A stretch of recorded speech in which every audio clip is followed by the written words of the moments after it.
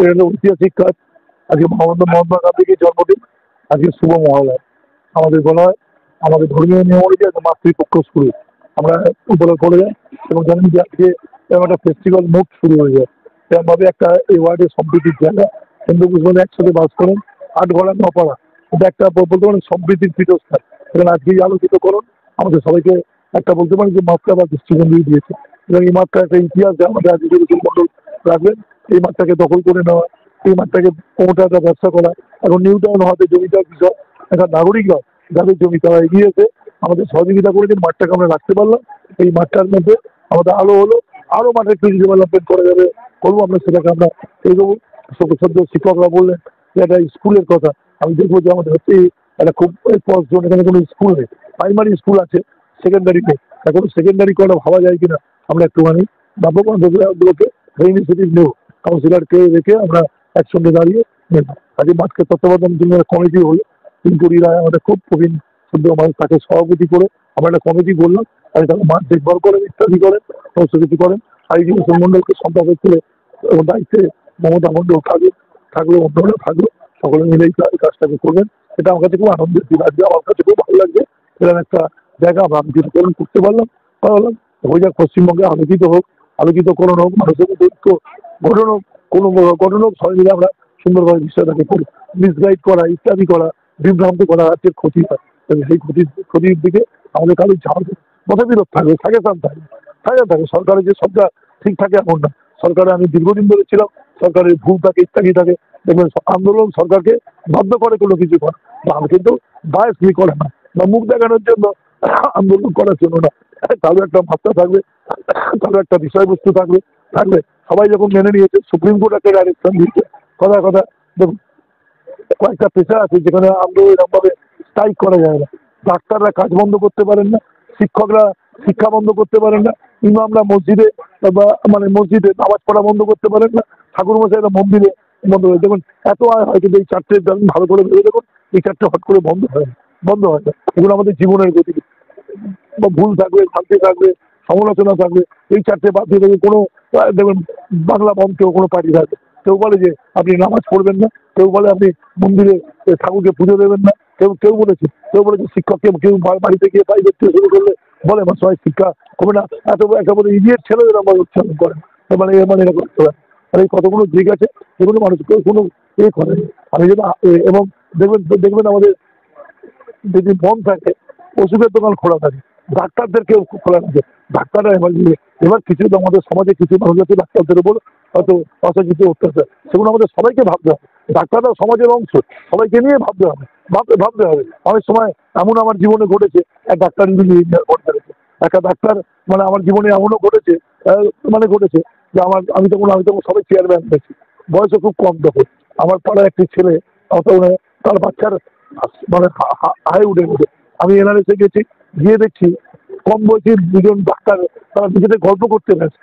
বাধ্য হয়েছে আমি এমন কথা বলতে, কি বলবো, আপনাকে যদি পার্সোনাল গন্ডগোল করার জন্য আপনি আপনার প্লেস বেছে নিন, this is not a fittest place যেখানে আপনি করতে পারেন। তারপর খুব চেঁচামেচি হবে, আমার পরিচয় পেয়ে এটা সব স্ট্রিমেই থাকে। বয়স কম, আমাদের পলিটিক্যাল স্ট্রিমেও দুর্নীতি থাকে, অন্য স্ট্রিমে থাকে। সমস্যাকে মোকাবিলা করতে হবে। এই জায়গায় যদি আমি এনগেজ করে বসে থাকি, সমাজে কিচ্ছু হবে না। তাহলে আমার পাড়াতে একটা বোমবাজি হয়ে গেল বলে আমি যদি বলি আমরা কেউ খাবো না, এটা হয়? পৃথিবীতে খাওয়ার জন্যই তো আমরা কলেজ করি, ইত্যাদি করি।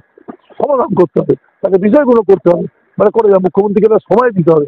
মুখ্যমন্ত্রী কোটি কোটি টাকা স্যাংশন করছে, পুলিশ নিখুঁত করার চেষ্টা করছে।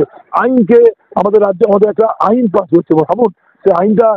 দেখুন ভারতীয় জনতা পার্টির কেউ কিন্তু আইন ধনী ভোটে যায়নি, তো আইনটার মধ্যে কি আছে যে ধনী ভোটে গেল না ভারতীয় জনতা পার্টি? এটাকে একটা বিষয়টাকে করা হলো যে আইনটা আমরা পাস করেছি।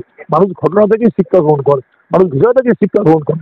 বেশি লাখ থাকলে সরকারের সাথে কাটাতে হবে। যেমন মুখ্যমন্ত্রীকে ডাক্তাররা বলেছেন এই যে আমাদের রোগী কল্যাণ সমিতি হতো, পার্টির আগ্রহ হতো, উনি রোগী কল্যাণ সমিতি ভেঙে দিয়েছেন। ভুল তো থাকেই মানুষের, আমাদেরও আমরা কাজ করছি এত ভালো, আমার যদি কোনো বিরাগ হিসেবে কোনো মিসগাইড ভুল হয়, তাহলে ভুল হলে আমার সেই ভুল থেকে শিক্ষা গ্রহণ করতে হবে। সেটুকু সুযোগ, সেটুকু রেক্টিফিকেশনে কেউ যদি না দিই, তাহলে তো অধৈর্যশীলতা হতে হয়। এইটা আমি সবাইকে আবেদন করবো। ডাক্তাররা নিশ্চয়ই মনোকষ্ট আছে, ডাক্তারদের বিষয়টা আমরা সবাই মিলেই একসঙ্গে আমরা দেখবো, একসঙ্গেই আমরা দেখবো, সেটা আমরা বিষয়টাকে করবো। সিবিআইকে তদন্ত করছেন, আমরা আশা রাখি যে সিবিআই এমন কিছু পদক্ষেপ করবে, যেই হোক না কেন তাকে ধরুক না, কোনো অসুবিধা কিছু নেই। তাকে যদি সরকারের কিছু সমালোচনা থাকে, সরকার সে সমালোচনা গ্রহণ করে, মাথা পেতে গ্রহণ করবে। সরকার সে মাথা পেতে গ্রহণ করবে, গ্রহণ করে বিষয়টাকে রাখবে। কিন্তু ভারতবর্ষের আইন ব্যবস্থাটা কিন্তু অন্য গুম করা যায় না, তাকে কিন্তু ওইটুকু সময় তাকে দিতে যেতে। আপনি প্রসিডিং করবেন না, ফাইনাল রিপোর্ট দেবেন না, চার্জশিট হবে না, এটা এখনো দেশের আইন এরকম খোল বলছে বদলায়নি যে একদম আপনি কালকে একজনকে মানে এ করলেন না, কালকে একজন এইটুকু ব্যাপারে আপনাকে করতে হবে।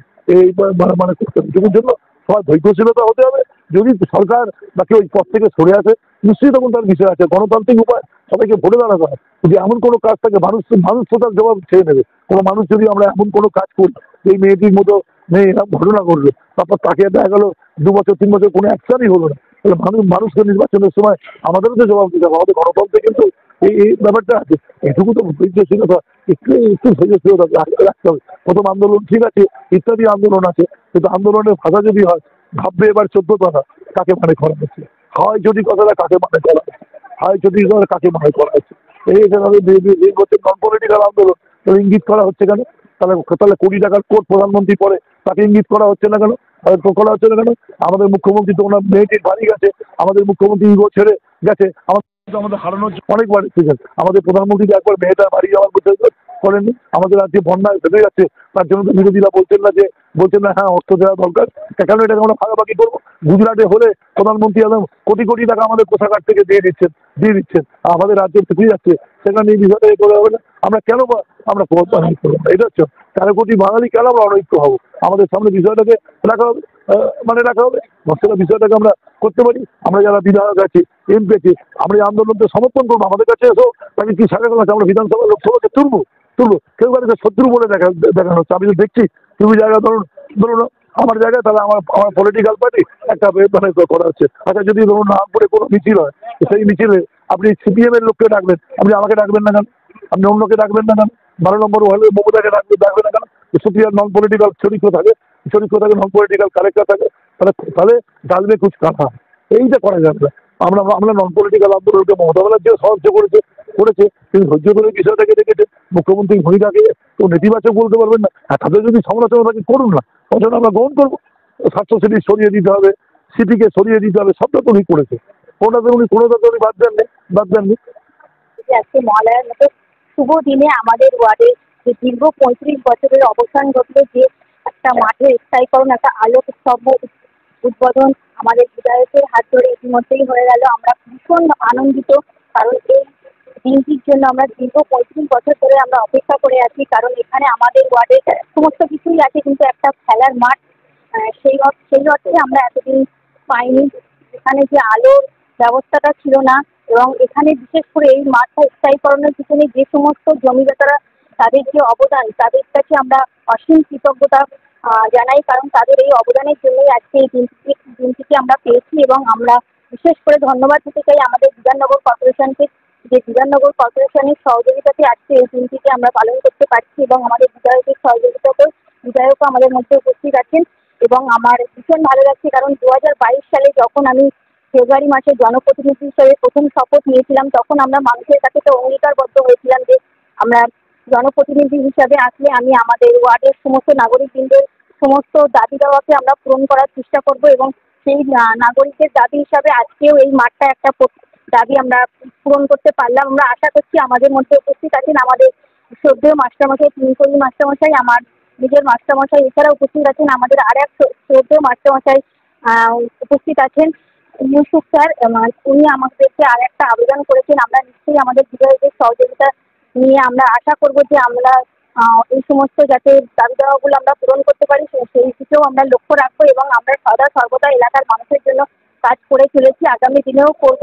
এবং আমাদের ওয়ার্ডের সভাপতি তাপসদাও আমাদের ভীষণভাবে সহযোগিতা করেন। তাপসদাকে সঙ্গে নিয়ে আমাদের ওয়ার্ড, আমার দাদা প্রাক্তন কাউন্সিলর আইজুল হোসেন মন্ডল, এবং আমাদের ওয়ার্ড সভাপতি তাপসদা, এবং আমাদের আরও উপরিস্থ পাওনা আমাদের বিধায়ক সমস্ত কাজে আমাদের যেভাবে হেল্প করেন, সমস্ত বুদ্ধি দেওয়া থেকে শুরু করে সমস্ত কাজে আমাদের বিধায়কের সহযোগিতা পাই। সত্যি আমরা গর্ব অনুভব করি যে রাজারহাট নিউটাউনে এমন একজন বিধায়ককে আমরা পেয়েছি, যিনি 365 দিন 24 ঘন্টা সাধারণ মানুষের কথাই ভেবে যান। নিজের ওয়ার্ডে তিনি যেভাবে মানুষের জন্য একের পর এক উন্নয়নমূলক কাজ করেন, এবং আমাদের ওয়ার্ডের জন্য উনি ওনার বিধায়ক তহবিল থেকেও বিশেষ কয়েকটি কাজের জন্য উনি অর্থ প্রদান করেছেন, তার জন্য দাদাকে কৃতজ্ঞতা জানাই। এবং আমরা প্রতিনিয়ত এলাকার মানুষের পাশে আছি, আগামী দিনেও থাকবো। আর সকলকে, এখানে উপস্থিত সকলকে আমার শারদীয়ার প্রাক শুভেচ্ছা অভিনন্দন জানাই। সকলেই ভালো থাকুন, সুস্থ থাকুন। ধন্যবাদ। এবং আজকে হচ্ছে মহালয়া, আজকে রাত্রি হচ্ছে সবচেয়ে অন্ধকারের রাত্রি। এই রাত্রিতে আমাদের 12 নম্বর ওয়ার্ডের পৌরমাতা মমতা মণ্ডল এবং পূর্বতন যিনি আমাদের 12 নম্বর ওয়ার্ডের প্রতিনিধি ছিলেন, তার উদ্যোগে এবং আমাদের বিধাননগর পৌর নিগমের সাহায্য এবং সহযোগিতায় এবং আমাদের প্রিয়, অত্যন্ত প্রিয় বিধায়ক তাপস চ্যাটার্জির পৃষ্ঠপোষকতায় আমরা যে আলো পেলাম আজকে আমাদের খেলার মাঠে, আমরা সমস্ত অন্ধকারকে দূরে সরিয়ে রেখে আমরা আগামী দিনে এই আলোর পথ ধরে এগিয়ে যাব, এইটুকুই আমি বলতে চাই।